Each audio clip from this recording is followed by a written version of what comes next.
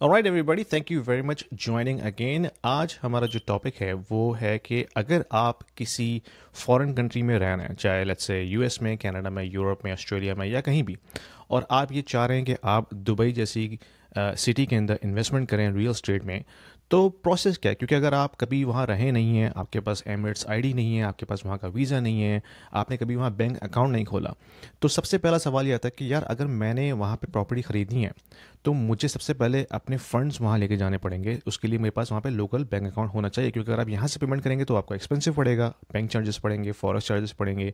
Of course फिर banks आपसे तरह तरह के क्वेश्चन करेगा, भाई क्यों आप फंड मूव कर रहे हैं, क्या वजह है, तो आपको काफ़ी जस्टिफिकेशन देनी पड़ती है। तो उस सिनेरियो को हमने डिस्कस किया था लास्ट वीक, और मेरे जहन में एक क्वेश्चन था कि भाई अगर मैंने प्रॉपर्टी खरीदनी है तो सबसे पहला काम मैंने ये करना है कि मैंने वहाँ पे बैंक अकाउंट खोलना है। तो अगर आप नॉन रेजिडेंट हैं, आपके पास वीज़ा नहीं है वहाँ का, तो क्या बैंक अकाउंट खुल सकता है? अगर खुल सकता है तो उसका प्रोसेस क्या है? ये हमारा टॉपिक है आज की वीडियो का। और हमारे साथ जो हमारे रेजिडेंट एक्सपर्ट मौजूद हैं, मोहसिन भाई, उनसे अब इस बारे में पूछेंगे। मोहसिन भाई, अस्सलाम वालेकुम, कैसे हैं आप? वालेकुम सलाम। यासीन, मैं बिल्कुल ठीक हूँ। आप कैसे हैं?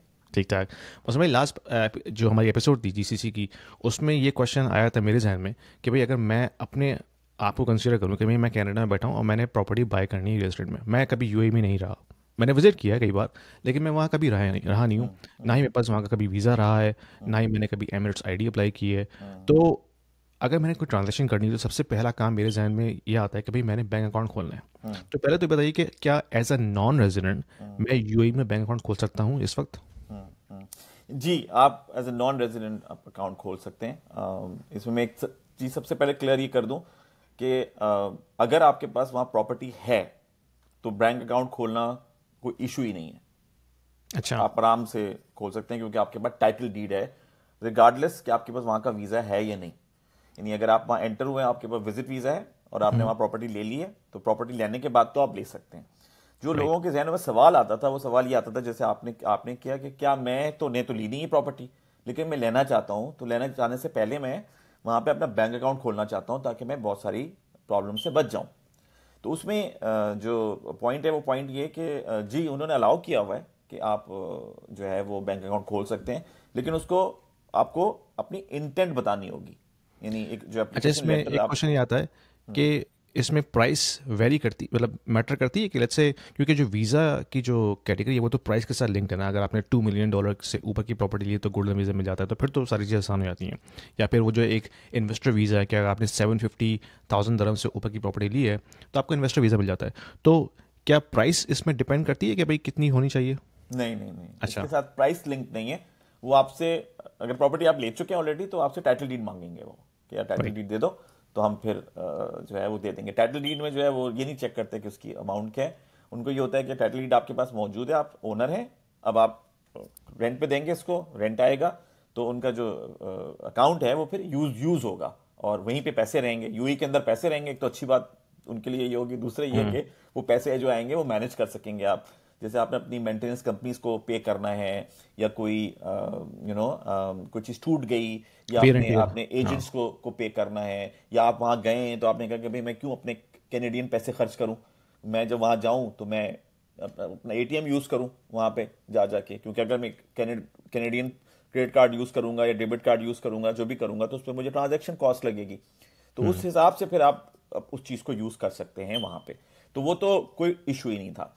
बस इशू कंफ्यूजन ये रहा है लोगों का कि यार मेरे पास प्रॉपर्टी नहीं है, मैं लेना चाहता हूँ, लेकिन मैं क्या खोल सकता हूँ, नहीं खोल सकता। तो इसमें यह कि आप अकाउंट खोल सकते हैं। उसमें आपको, जैसे मैंने बताया ना, कि इंटेंट बहुत ज़रूरी है। तो अगर आप वहाँ गए हुए हैं, आप शॉपिंग कर रहे हैं प्रॉपर्टी की, तो आपके पास कुछ सेल्स ऑफर्स होंगी कुछ, तो अगर आप चाहें तो वो डॉक्यूमेंट भी लगा सकते हैं कि जी ये दो तीन डेवलपर्स हैं, इनको मैं एनालाइज कर रहा हूँ, और ये मेरे साथ पास सेल्स ऑफर्स हैं इनकी ना, ये प्रॉपर्टी है, ये प्रॉपर्टी, ये प्रॉपर्टी है। तो उसकी बेसिस के ऊपर भी वो उस चीज़ को प्रोसेस करते हैं। अब उसमें यह कि एक तो आपका वहां पे पर्सनली होना ज़रूरी है। हम्म। आप रिमोटली बैठ रिमोट नहीं के कर बैंक सकते। अकाउंट नहीं खुलवा सकते। आपका पर्सनली वहां जाना ज़रूरी है। और साथ में जब आप जाएं तो आपके पास एक लिस्ट ऑफ डॉक्यूमेंट्स है जो कि आपको उनके साथ शेयर करना होगा। ऑब्वियसली वो डॉक्यूमेंट में पासपोर्ट है, आपकी आइडेंटिटी, साथ पे आपके बैंक स्टेटमेंट्स हैं पिछले एक साल के, आपकी पे स्लिप्स हैं। अगर आपको कंपनी रन कर रहे हैं कनाडा के अंदर, तो वो ऑफिशियल डॉक्यूमेंट होगा आपके पास। वो यूटिलिटी बिल्स आपके कि भाई जिस जो एड्रेस आप दे रहे हैं कनाडा का, उस पर आप वाकई रह रहे हैं या नहीं रह रहे। तो पिछले पिछले 2-3 महीने पुराना यूटिलिटी का बिल होना होना चाहिए। और साथ में रेफरेंस लेटर भी चाहिए उनको बैंक्स का। यानी जब वहां से आप ट्रैवल करें तो एक लेटर लिखवा लें बैंक से कि भाई to whom it may concern, ये साहब जो हैं ये हमारे साथ इतने अरसे से बैंकिंग फैसिलिटीज ले रहे हैं और ये हमारे बड़े अच्छे बोनाफाइड कस्टमर हैं। तो एक रेफरेंस अच्छा। लेटर भी आपको बैंक से ही, तो वो बेसिकली ये चेक करते हैं कि यार ये बंदा जो है ये लिजिट है या नहीं, ये फाइनेंशियल सिस्टम के अंदर ऑलरेडी हाँ, आपने पार्ट शायद है एक चीज़ इसका मिस या कर नहीं। दी है, वो मैं चेक करना चाह रहा हूँ कि वो जो एक क्रेडिट रिपोर्ट होती है जैसे इक्विफैक्स या ट्रांस यूनियन की तरफ से, वो भी मांगते हैं या वो ज़रूरी नहीं है? ये मांगते तो नहीं है, लेकिन मेरा हम्म। मेरा अजम्पशन ये है कि वो ये खुद चेक करते होंगे अपनी ड्यू डिलिजेंस के अंदर, हम्म। क्योंकि उनकी ड्यू डिलिजेंस में तकरीबन आई थिंक 2 वीक्स का टाइम लगता है अच्छा। अकाउंट खोलने में, और कभी कभी ज्यादा भी लग सकता है अगर उनको कोई डॉक्यूमेंट आपसे चाहिए हम्म। हो तो। क्योंकि अब क्योंकि ये वो तो जो, पेड हाँ, सर्विसेज होती हैं।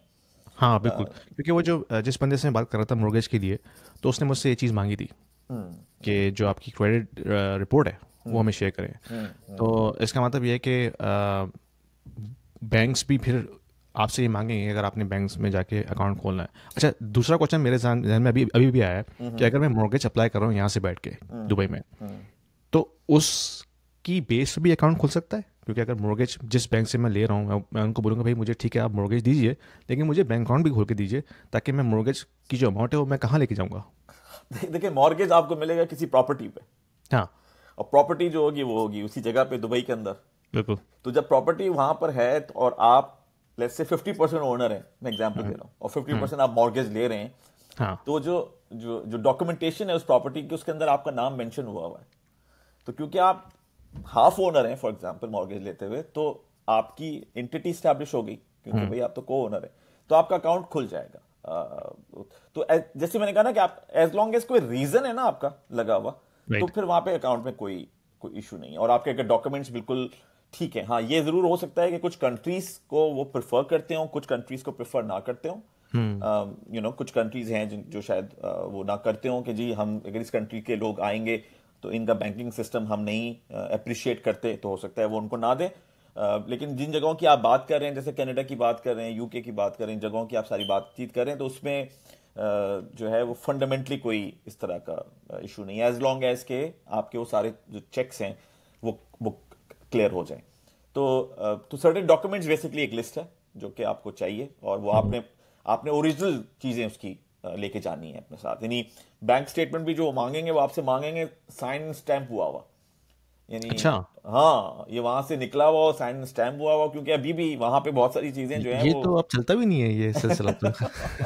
अगर मैं जाऊंगा अपने बैंक की ब्रांच में, वो मुझे शक्ल देख के हंसेगा कि तुम क्या बात कर रहे हो। वो आप बिल्कुल सही बात कह रहे हैं, लेकिन ये कि ये अभी भी मैं कवर करने की कोशिश कर रहा हूँ बहुत सारे बैंकों को, प्रॉब्ली हर बैंक ना करता हूँ, लेकिन कुछ बैंकों में शायद आपसे ये बात भी कही जाए कि जी ये चीजें जो आप हमारे पास लेकर आए हैं ये तो कोई भी हमें ला के दे सकता है, तो इनकी ऑथेंटिसिटी क्या है। तो आप कोशिश ये कीजिएगा कि जो भी डॉक्यूमेंट्स अपने साथ लेके जा रहे हैं वो फिर ओरिजिनल डॉक्यूमेंट हो, साइन स्टैम्प हो, या फिर टेस्ट करवा लें आप किसी I don't know notary public से या किसी से, ताकि वहां पे आपके पास ऑप्शंस इंक्रीज हो जाएं। क्योंकि हो सकता है कोई बैंक आपको इस चीज पे फैसिलिटेट ही ना करे कि भाई ये डॉक्यूमेंट्स आप ले तो आए बट हम इनको नहीं एक्सेप्ट कर सकते क्योंकि ये इन पे साइन और स्टैंप नहीं हुआ हुआ। तो राइट। ये सब चीज़ों का आपने ख्याल रखना होगा जब आप वहाँ पर जाएंगे। तो ये बात सिलसिला। दूसरा ये कि कुछ लिस्ट ऑफ बैंक्स हैं, जैसे स्टैंडर्ड चार्टर्ड है, रैक बैंक है, मशरिक बैंक है, एमिरेट्स एनबीडी है।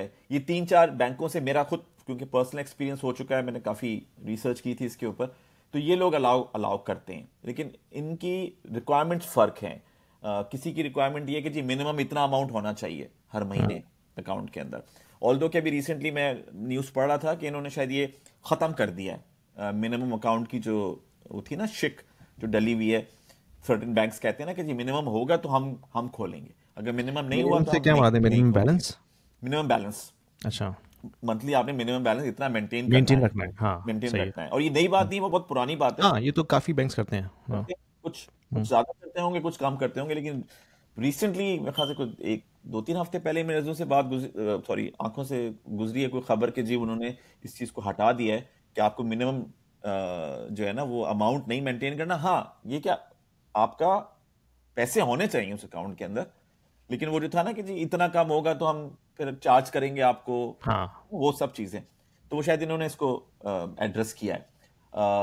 इसी तरह से मैं कह रहा हूँ जैसे कुछ बैंक हैं, नाम नहीं लूंगा, एक दो बैंक से मुझसे कहा था कि जी इसकी मिनिमम जो है ना वो हमें इतना अमाउंट चाहिए, 100,000 हमें दरम चाहिए उसके अंदर, या कोई कह रहा था कि जी हमें इतना अमाउंट चाहिए। तो जो भी जाए वो एटलीस्ट उन सारे बैंक से पहले बातचीत कर ले जाने से पहले, और उनसे मिनिमम रिक्वायरमेंट और ये सब चीज़ें पहले से पूछ ले, क्योंकि हर बैंक की रिक्वायरमेंट्स जो हैं वो 90% तो सेम होंगी, क्योंकि वो सेंट्रल बैंक से आती होंगी वेरिफिकेशन के लिए, लेकिन जो 10% है वो डिफरेंट हो सकता है किसी का। एक बात का और भी ख्याल रखिएगा कि वहां पे आपको चेकबुक नहीं मिलेगी। ये सेविंग अकाउंट्स खुलेंगे आपके और इसमें कुछ चेकबुक नहीं होगी। अच्छा, ये सेविंग्स अकाउंट होंगे, ये करंट अकाउंट नहीं होंगे? करंट अकाउंट नहीं होंगे, और इनमें आपको एटीएम कार्ड मिल जाएगा, राइट। ठीक है, और आपको मोबाइल ऐप का एक्सेस मिल जाएगा। तो मोबाइल ऐप के थ्रू आपको जो ट्रांजेक्शन्स करनी है, इंटरनेशनल करनी है, लोकल करनी है, किसी को पे करना है, कुछ करना है, कोई प्रॉब्लम नहीं है। लेकिन जो अच्छा, क्या डिफरेंस होता है करंट और सेविंग अकाउंट में? ये मूवमेंट का डिफरेंस होता है ना, जैसे करंट के अंदर ये आपको देते हैं चेकबुक वहां पे यूएई के अंदर, राइट। और उसमें सेविंग के अंदर तो कुछ लोगों के लिए शायद प्रॉब्लम हो, उसमें इंटरेस्ट भी गिरता है। और कुछ अगर आप कुछ बैंकों के पास इस तरह का भी शायद सेविंग अकाउंट होगा जो कहते होंगे ठीक है ये बिल्कुल उसी तरह का अकाउंट है कि इसमें इंटरेस्ट नहीं गिरता होगा, क्योंकि कुछ लोग जो है वो सेविंग अकाउंट नहीं यूज करना चाहते, कुछ लोग सिर्फ करंट अकाउंट यूज करना चाहते हैं।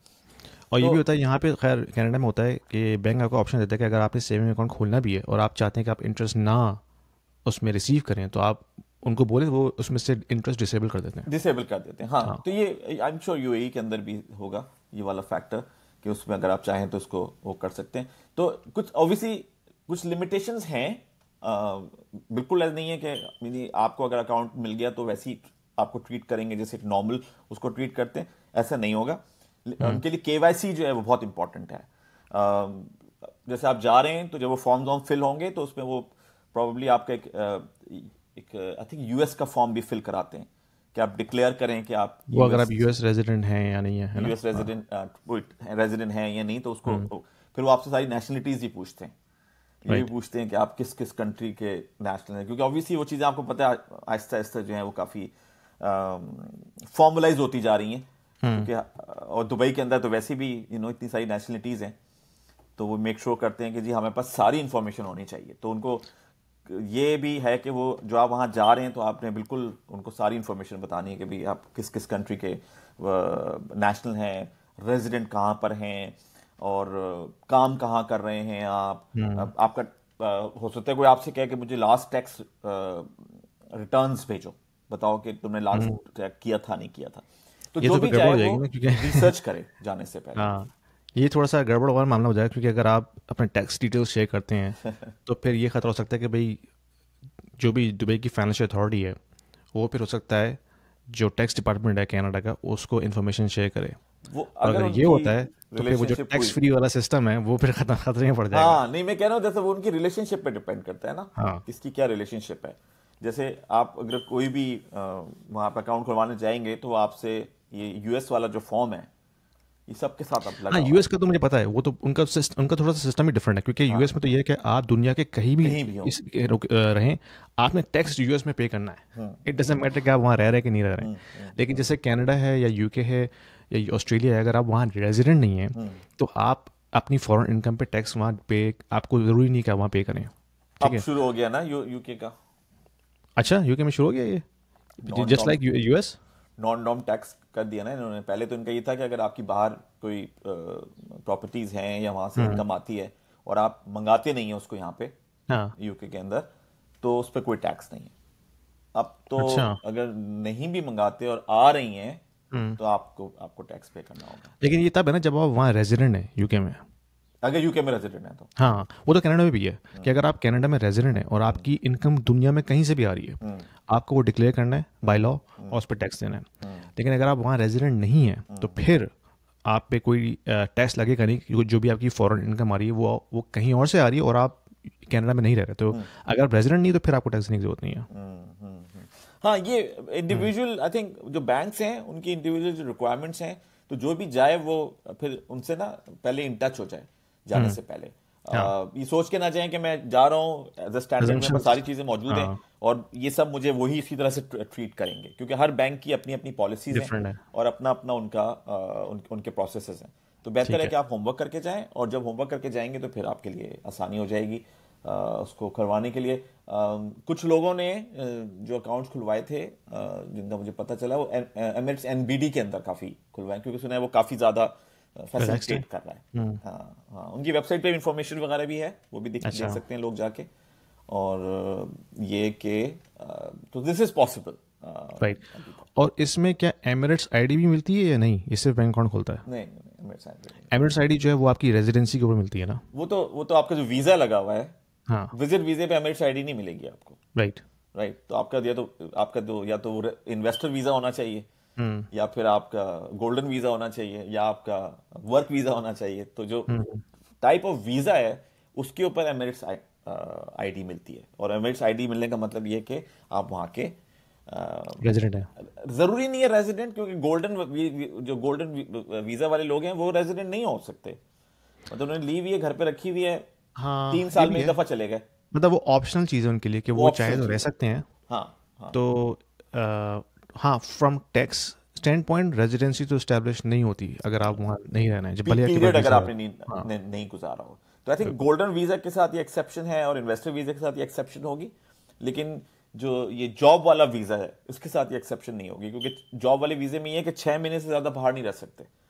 अगर आप 6 महीने से ज्यादा बाहर रहे हैं तो वो उसको कैंसिल कर देंगे, रिवोक हो जाता है। वो खत्म हो जाता है। फिर आप दोबारा आओ, दोबारा लगवाओ। तो जिन लोगों के बिजनेसेस वहां चल रहे हैं, वर्क वीजे की बात, मतलब बिजनेस वीजे की बात भी कर रहा हूँ, वर्क वीजे की बात कर रहा हूँ, उनके साथ ये है कि 6 महीने से ज्यादा वो बाहर नहीं रह सकते, अदरवाइज वो रीसेट राइट। हो जाती है।